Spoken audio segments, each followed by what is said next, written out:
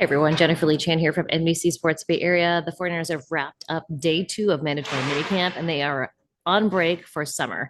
So 40 days away from the stadium, from the team, and then they will come back for training camp. So not much change participation wise from Wednesday to Tuesday, but we did get a chance to speak to Christian McCaffrey and Bryce Huff, also Robert Saleh. So on Tuesday, we spoke to Kyle Shanahan. It was uh, kind of a wrap up day. Trent Williams spoke. So it was a good day on Tuesday, but Wednesday, a little bit of Robert Saleh, who, kept emphasizing the fact that they are just not in real football yet. They're just out there in t-shirts and pads. While he might be positive about certain aspects of the team and the roster he's helped build, he said, hey, it's not real football yet. We'll know when we get the pads on what we've got. So while there's a lot of positive talk, a lot of good team building, they really don't know what they have yet until they get into pads, and that'll be training camp, probably the second week of training camp. So he did talk about Bryce Huff, and he did say, yes, he's had a journey from being an undrafted free agent to having a 10 sack year with the New York Jets, and then a really tough season with the Philadelphia Eagles. And I think what they did is because he was a stand up outside linebacker, he had to drop into coverage. It's not really what his specialty is. His specialty is just pass rushing and getting after the quarterback. So that is what they expect him to do. They expect him to play opposite of Nick Bosa. And, we'll see what happens. I think it's a positive step. They've been looking for a guy to play opposite of Nick Bosa since D Ford was injured. So this is a good chance for them to do that.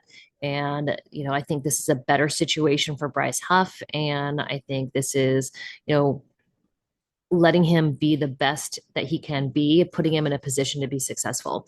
When Bryce Huff spoke to us, he talked about, yeah, I'm moving past Philadelphia. I am not thinking about that anymore. It's all 49ers now. I'm happy to be here. This is one of the many places that were on his list of potential landing spots for him after his year in Philadelphia that didn't really go as planned.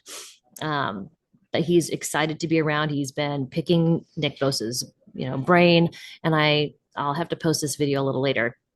They were talking on the field, and you can see them discussing hand placement, hand movement, different types of pass rushing techniques. And so I think, for a guy like Bryce Huff, who had a really good single season, for him to kind of get back to what he knows, to get his hand in the dirt, to really be a pass rusher and get after the quarterback, I think this is going to be really good for him. And for him to be a sponge around Nick Bosa, I think is a really good thing. He talked about Robert Saleh eyeing D Ford and playing that film for them in New York. So he is very familiar with D Ford, what they are going to ask of him to be similar to that role, and he's ready to do it. So, he talked a lot about his journey from being an undrafted free agent to, putting on, I think Robert Saleh said he put on like 50 pounds of muscle weight just to, 20 pounds of muscle weight after his first year to get to be where he needed to be. So for him to be successful.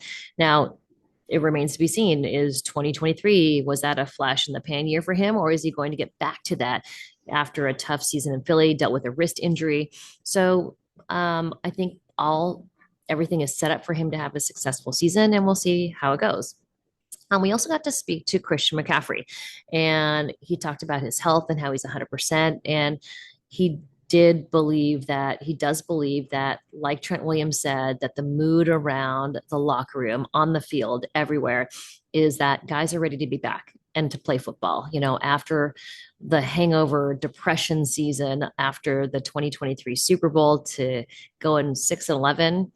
That's what Trent Williams said. He's like, this does not feel like a 6-11 team. And if you get all the stars healthy and they're ready to play for an entire season and they stay healthy, this is not a 6-11 team. This is a talented team with a lot of high priced, high contract players that should really have a winning season. Christian McCaffrey, during the offseason, during his 40 days away, is expecting the birth of his child. And I kind of jokingly asked him, I'm like, it's a perfect timing during the offseason. I'm like, did you guys plan for it to happen during the offseason? He's like, no, we didn't plan it, but he's very excited. That's pretty much what his offseason plan is going to be. He also talked about the rookies. He said the rookie running backs are really good. They are smart. They are paying attention. They're doing the work in the classroom. So he's really excited for them. Um, Outside of that, yes, it was a regroup. It was good for him to feel like he can start from scratch after only playing, a few games in 2024 to come back and really be healthy and reset and start from the beginning from OTAs. He's been out there almost every day that we've been out on the field, not taking every rep, but taking a lot of reps, just working on his timing. He looks fresh. He looks bouncy. He looks fast. So, he said it was good for him to start from scratch, start over, and really get a good foundation of health for him this season. So, um, best plays of the day, it was I saw Jacob Cowing caught a great pass from Mac Jones. He was on the move. He caught the pass in stride. It was a great throw by Mac Jones, great catch by Jacob Cowing. And he kept going with the ball, which looked really good. Best defensive play of the day was a pass from Mac Jones that was supposed to be going to Jordan Watkins, and it was picked off by Jalen Mahoney. So Jalen Mahoney kind of got um, in front of Jordan Watkins, reached up, caught the ball right in front of him, ran back for a interception, pick six ish. Obviously, it's just shorts and t-shirts, but everybody on defense was jumping up and down, so it was kind of fun to see. In special teams news, it was Greg Joseph kicking today. He kicked 7 field goals and made them all. Again, if you weren't watching yesterday, Jake Moody missed one from about 30 yards, 35-ish yards. Greg Joseph made it from 27, 32, 36, 40, 46, 52, and 55. Both guys actually looked like they had enough leg for the ball to have made it even further, probably about 60 yards is what I'm thinking. So that is it from Levi Stadium. I'm here at Levi Stadium, and I'll have more for you coming up this week. But I probably will take a little bit of a vacation, a little break. But obviously, I'll post a lot of short videos up, all the clips that I got from mandatory minicamp. I'll be posting those, so stay tuned, and please please subscribe. If there's any player that you would really like me to post videos of, please let me know if they aren't up already. But I hope you all are well, and I think all fingers point to a positive, much improved season for the 49ers. Talk to you guys soon.